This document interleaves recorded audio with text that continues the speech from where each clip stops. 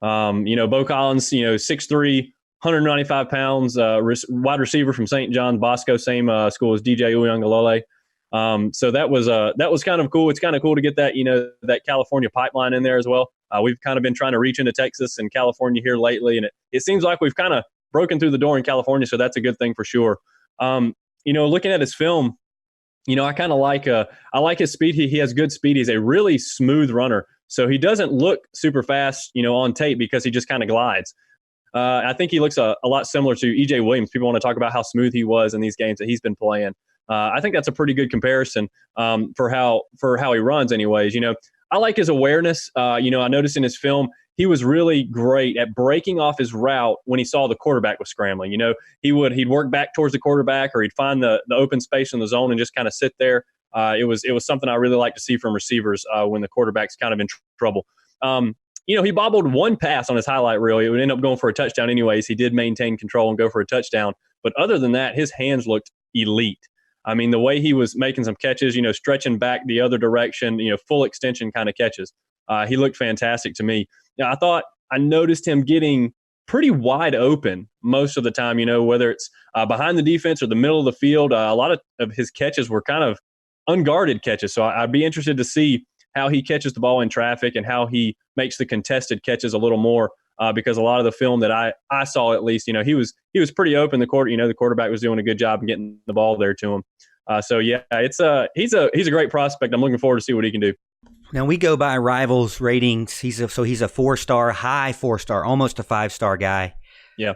Reading to you his numbers: 6'4", 195. I mean, that is a T. Higgins mold, if I've seen one. Maybe even a Justin Ross mold more closely, but definitely in that 6'4", big, tall, outside guy. And he's going to beat you deep. Now, it's not if, it's when. And he's going to do that. And you can see that in his highlight reel for sure right now, going deep in a lot of the plays. So, I mean, most kids in high school, they love that. And if you can do that, and if you can get open and you have that kind of speed to get behind the defense like that, and if they're crazy enough to guard you one-on-one, then so be it. And that's the great thing about it, is because this is about the time that Justin Ross will be gone. Justin Ross is his junior year coming up in 2020. And so he won't more than likely be on the team in 2021 unless he pulls a Travis Etienne on us. But so this will be a true freshman guy coming in to kind of take that place of that missing spot. Now we're losing Clemson's losing T. Higgins this year. Justin Ross is kind of going to have to be on. He's going to be on the field with Joseph Ngata more than likely, and Frank Ladson, those guys.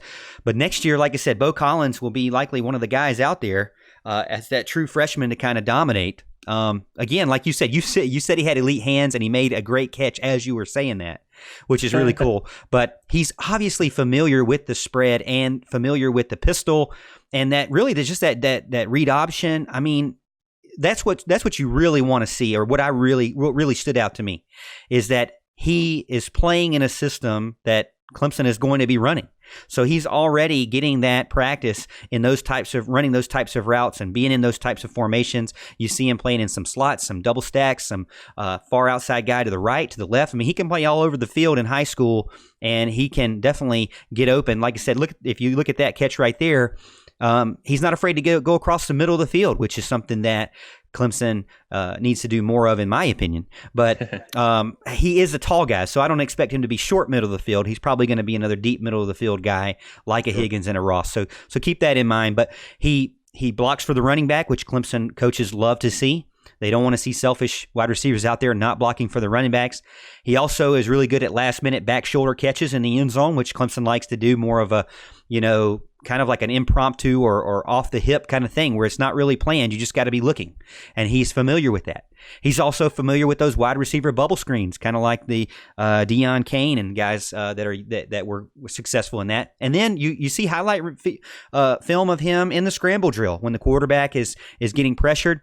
He's able to take advantage of that and come off of his route. I'm saying it, and it's happening as I'm watching it. He's coming off his route as his quarterback is scrambling out. And I mean, for me, he may just be a 4-star because he's not a senior yet, because he's got a little bit of everything, and he can show it all in his highlight film there as you're watching.